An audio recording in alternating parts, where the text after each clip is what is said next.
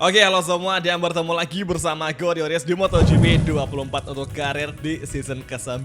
Dan sekarang kita bakal kembali melanjutkan race di MotoGP Silverstone. Dan di klasemen sementara waktu, Chris Rio masih menjadi leader meskipun sekarang Fabio Quartararo di dua race terakhir semakin mengejar jarak poin dengan Rio. Kemudian klasemen tim masih menjadi milik dari Ducati Lenovo yang memang sangatlah bagus banget cuy. Jadi kombinasi antara duo Ducati Factory yakni Fabio dan juga si Alonso Lopez itu memang sangat kuat banget di season ini. Nah, kira-kira di MotoGP Silverstone akankah Rio masih mampu mempertahankan puncak klasemen dari Ducati? Let's see. Singkat cerita, sesi kualifikasi telah usai dan kini Luca Marini meraih pole position. Kemudian Fabio sama Costa melengkapi di tiga besar. Namun Rio terpaksa untuk start dari urutan ke-8 karena performa kita di kualifikasi tidak sebagus seperti yang kita harapkan seperti race-race sebelumnya. Oke semua, tibalah kita di starting grid untuk sesi sprint race event.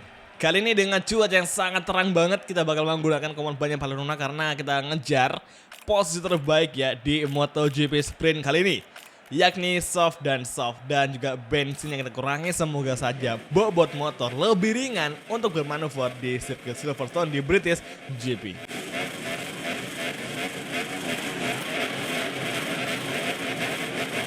Oke semua, dan inilah dia sesi race kelas MotoGP Sprint Race Event.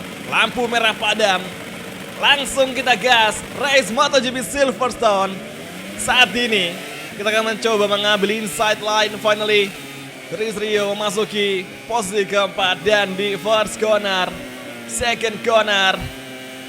Kemudian saat ini satu orang terjatuh yakni Marco Bezzecchi. Acosta Ogura terlibat atas insiden tersebut. Luca Marini take the lead, Fabio Quartararo kedua dan Binder ketiga. Bahkan sekarang Pedro Acosta juga menyusul terjatuh di race kali ini. Exit corner dengan gear 3. Full gas kembali menuju tikungan di depan. Yamaha YZR M1 tengah berusaha memburu dan Jack Miller dihukum long lap penalty. Tikungan ke-7 perlahan masuk. Binder kini di depan kita. Tumben banget sih Brad Binder bisa nongol di barisan depan lagi setelah sekian lama. Akankah di race kali ini perebutan nomor 3 akan menjadi milik dari kita berdua? Karena gue rasa ini performa dari YZR M1 untuk ngejar Luca Marini sama Fabio Quartararo kayaknya bakal sulit banget di MotoGP Sprint Race Event. Dan kemungkinan andai pun kita bisa ngejar, paling-paling ya kita cuma bisa ngejar si Binder aja di race kali ini.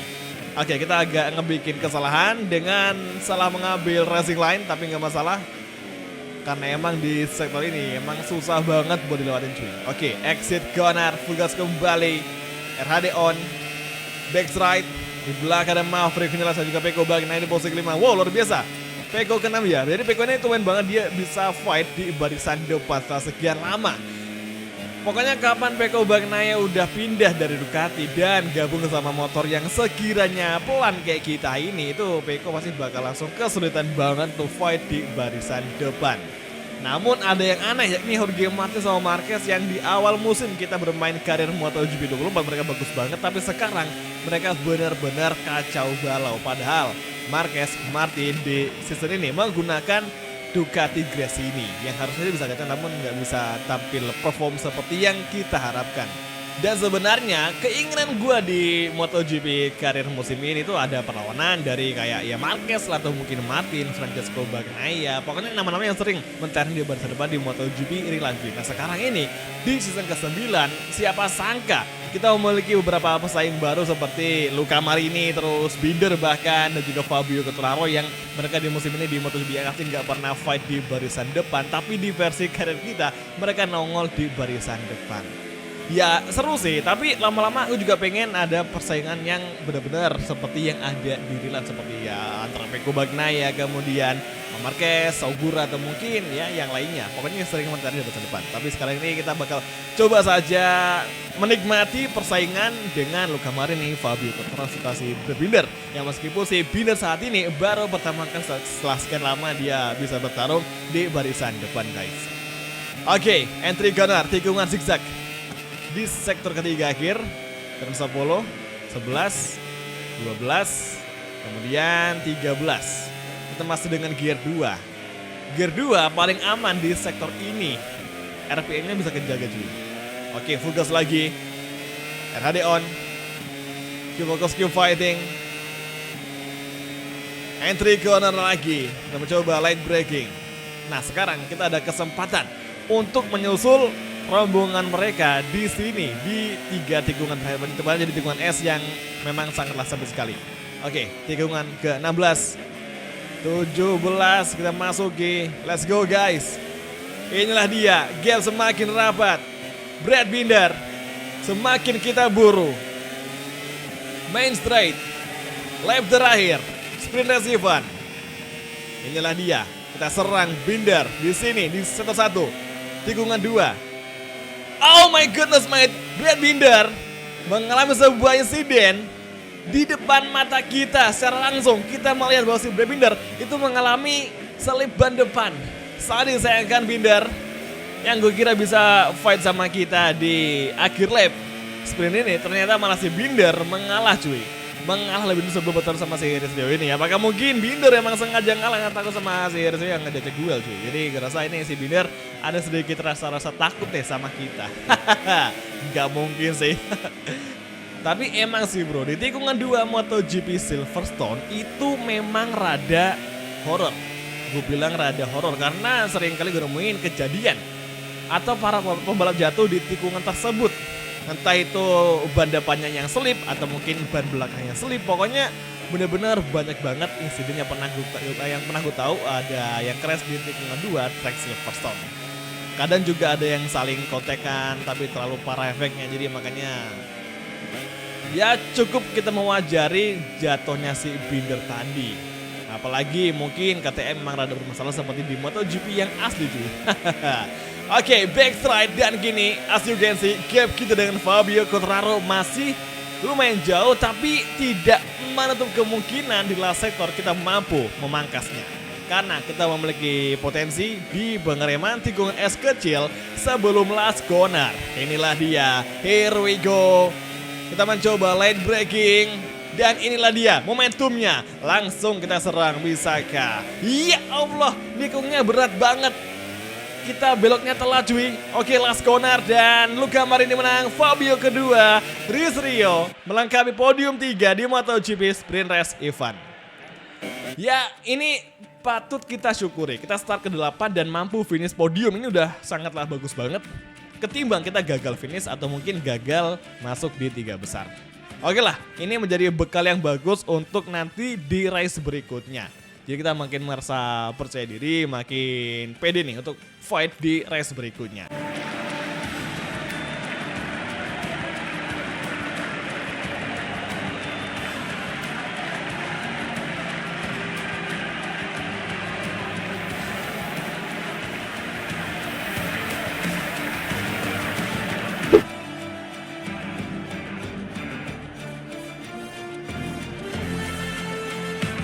Sesaat lagi main race event akan berlanjut. Pertarungan antara Luca Marini, Fabio Quartararo dan juga Rizrio akan segera berlangsung sesaat lagi. Nantikan race-nya berikut di MotoGP Silverstone. Fabio Quartararo tengah bersiap-siap dengan starting grid yang kedua. Sementara itu untuk wakil dari YZR-M1 yakni Rizrio memulai balapan dari urutan ke-8. Fokus Q fighting dan kali ini dengan kompon ban yang kita bakal ubah menjadi soft medium dan juga full tank. Semoga ini menjadi bekal yang bagus untuk Rizrio bertarung di main race event MotoGP Silverstone.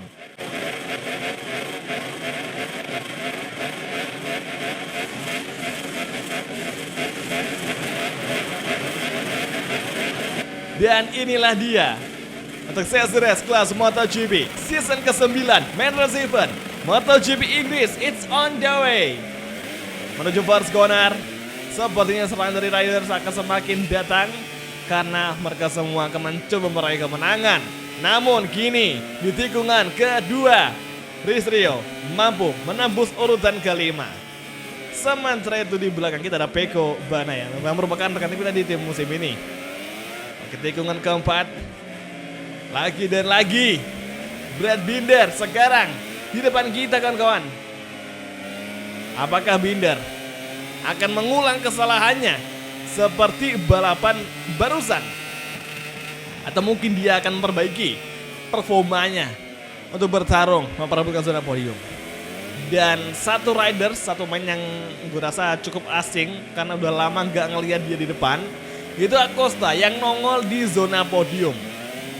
Apakah Acosta sengaja di podium 3 untuk mencoba menjadi defense atau pertahanan tembok kepada Res Rio agar kita nyariin saja kita crash gara-gara pindah gravel? Apakah mungkin Acosta sengaja menjadi pertahanan bagi Marini dan juga Fabio Quartararo agar Res Rio tidak masuk di persaingan 3 besar? Ya nggak tahu sih. Nah, sekarang tikungan 11, tikungan ke-12, sektor ketiga sudah kita lalui.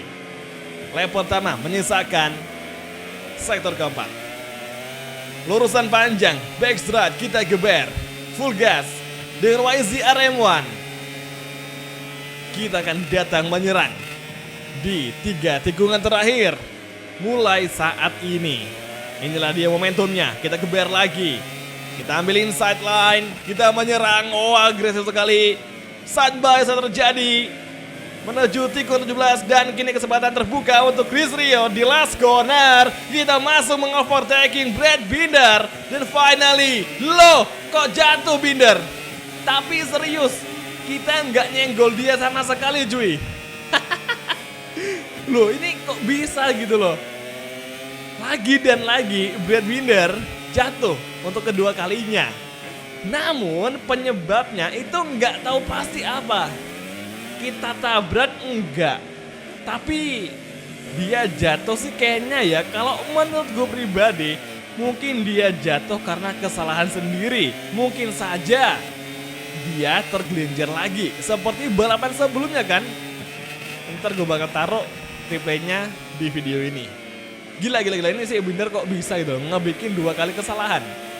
Dan parahnya sekarang ini Binder malah out of the race, sedangkan di sprint tadi dia tidak keluar balapan. Masih lanjut loh ini. Oke, sekarang lap kedua kita masuki. Kini pertarungan 3 besar akan terjadi antara Acosta versus Res Rio. Memasuki tikungan ke-9 menuju tikungan ke-10, 11, 12, 13 yang sangat menyambung. Kita membutuhkan refleks super tinggi di sini. Kita overtaking Acosta. Finally masih side by side dan Acosta masih melawan. Dia masih mendefend, kuat sekali. Tahan dulu. Kita nggak boleh gegabah, tidak boleh terlalu agresif di lap-lap awal ini. Karena seperti yang kita tahu bersama bahwa race di MotoGP Silverstone itu 5 lap dan jarak trek itu panjang banget, 5 kiloan lebih cuy. Satu putaran di MotoGP Silverstone. Let's go guys. Sekarang kita serang kembali. Masuk perlahan di tikungan ke-16. Masih belum bisa. Oke, tikungan 17. Tikungan ke-18.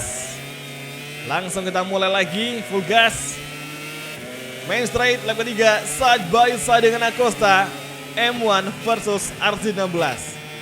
Masih belum bisa. Tahan dulu. High speed gunner. Kita early braking. Kita ambil inside line. Pergantian dari sekarang kiri. Inside lagi bisakah? Oke. Masih sanggup mengejar. Masih sanggup menempel. Full gas kembali tanpa RHD. Entry corner. Kita light braking. Nyaris saja kita mengovertaking. Cukup sempit celah yang ingin kita masuki. Tahan dulu, sabar dulu. Jangan ambisi, bersabar dulu, mencari momentum yang pas. Dan kemudian exit corner. Kita melewati track limit. Satu peringatan akan segera kita dapatkan. Menuju tikungan ke-9. Kita lihat braking lagi. Here we go, masuk perlahan. Oh my goodness mate, Luca Marini terjatuh. Barusan saja kita melihat Binder terjatuh, kemudian nyusul lagi Luca Marini yang terjatuh. Bahkan parahnya, Luca Marini juga not complete, alias tidak bisa melanjutkan jalannya balapan di MotoGP Silverstone ini. Yang otomatis, meskipun kita nggak menyerang Acosta, kita udah aman di zona podium. Tapi ingat, tujuan kita bertarung. semaksimal mungkin. Acosta kita blok pas, masih belum bisa karena Acosta lebih berani late braking. Oke, inilah dia, inside line, masih side by side. Oh my goodness, wait. Acosta masih berdefense. Kita paksa dia melakukan pengereman lambat dan sekarang inside line kita overtaking Acosta finally di last corner. Ris Rio mampu mengalahkan Acosta sementara waktu lap ketiga. Kita mampu menyelesaikan pertarungan dengan Acosta. Tapi jangan senang dulu, karena Acosta gue yakin dia tidak selemah itu guys. Tikungan ketiga masuk perlahan. Entry corner. Dan sekarang gap kita dengan Fabio Quartararo 2 detik lebih. Jadi gue rasa untuk mengejar Fabio Quartararo di sisa balapan MotoGP Inggris itu sangatlah mustahil. Kecuali Fabio Quartararo ngebikin mistake sebuah yang melebar atau mungkin dia terjatuh. Acosta masih mencoba mengejar kita. Kita mencoba early braking supaya nggak melebar, hati-hati. Tikungan ke-6. Kemudian tikungan ke-7 ke arah kanan. Let's go guys. Keep focus, keep fighting. Soft medium kita terpantau cukup bagus. High speed corner. Kita harus mempertahankan tempat kedua ini. Entry corner dan satu berangkat kita kantongin lagi. Dan 2 kali berarti kita ngedapetin track limit. Namun Acosta datang menyerang. Kita kurang fokus. Kita overtake Acosta. Dan tikungan ke-9 tadi. Oke, tikungan ke-10. Lagi dan lagi bendera kuning dikibarkan. Namun tidak jelas siapa yang terjatuh karena nggak ada notifikasi siapa yang terjatuh. Dan sepertinya malah Binder yang keluar dari balapan, yang berarti Binder yang terjatuh tadi. Darin Binder. Oh, kita melewati track limit lagi. Astaga, kita kurang fokus. Kebiasaan kalau udah nggak ada pembalap yang ada di depan, kita nggak bisa ngambil race yang terbaik cuy. Tapi tenang saja, kita usahakan untuk menjaga tempat kedua saat ini. Dan gap dengan Fabio sekarang 2 detikan lebih. Sorry, 3,1 detik cuy. Entry corner menuju tikungan 17. Kemudian tikungan terakhir atau last corner. Lap keempat akan segera usai. Oh, hati-hati. Let's go guys. Pedro Acosta cukup jauh dengan gap 0,7. Namun jangan senang dulu. Masih ada sektor yang mana Acosta mampu lebih kencang daripada Ris Rio. Keep focus, keep fighting. Masuk ke tikungan ketiga. Perlahan masuk. Tikungan keempat. Last lap masih berlangsung di sektor 1. Acosta semakin mengejar, semakin rapat. Full gas kembali. Lurusan. Kita mencoba early braking. Masuk perlahan, hati-hati. Oke, Acosta mulai mengejar. Acosta hati-hati. Acosta datang mengejar, mengovertake dari inside line. Dan kita overtake kembali, side by side. Red Bull gas-gas versus YZR M1 Gaules MotoGP. Let's go guys, lurusan. Apakah Acosta akan datang menyerang? Kita mencoba late braking. Oh, salah berjalur. Dan kini Acosta mengovertake, kita kejar lagi. Masih bisakah YZR M1 mengalahkan RC16? Oke, tikungan zigzag. Acosta masih santai. Kita overtaking lagi dan lagi. Acosta melawan. Kita masih menempel. Sedikit lagi race akan segera usai dan 1 sektor tersisa yang akan kita manfaatkan. Kita geber lagi. Traksi kita bagus banget dan kita kejar Acosta. Akhirnya cukup mudah, tapi jangan senang dulu. Masih ada beberapa tikungan yang harus kita pertahankan. Kita agak melebar kembali. Acosta melawan. Ris Rio menyerang kembali. Side by side di lurusan menjelang tikungan es kecil. Kita mencoba late braking. Kita defense semaksimal mungkin. Serangan dari Acosta. Dan kini 2 tikungan terakhir. Masih Acosta di belakang kita. Oh, dia ngambil kesalahan. Dia melebar. Dan sekarang last corner. Inilah dia. Finish line. Ris Rio berhasil meraih tempat kedua setelah duel epic dengan Pedro Acosta di race MotoGP Silverstone. Quartararo tidak terbendung sama sekali di main race event. Menang mudah dari awal balapan di MotoGP Inggris. Sementara itu Acosta dan juga Ris Rio mampu menyudahi balapan di zona podium. Yang sangat disayangkan, Luca Marini sama si Brad Binder lagi fight di barisan depan. Tahu-taunya malah jatuh dan mereka kehilangan banyak poin di race kali ini guys. Dan akhirnya di klasemen rider, Fabio Quartararo menggeser puncak klasemen dari Rizrio. Dan sekarang persaingan kembali berada di tangan dari Fabio Quartararo. Next race akan berlangsung di MotoGP Red Bull Ring di Austria. Semoga saja Ducati kita bisa kalahkan, soalnya di Red Bull merupakan track yang memang makanan dari Desmo GP. Ya semoga aja ada kemungkinan ada mukjizat bagi pembalap Yamaha. Jadi oke semua, kalau gitu terima kasih udah nonton dan sampai ketemu lagi di video MotoGP gameplay untuk episode selanjutnya. Thank you, bye dan ciao guys, sampai jumpa.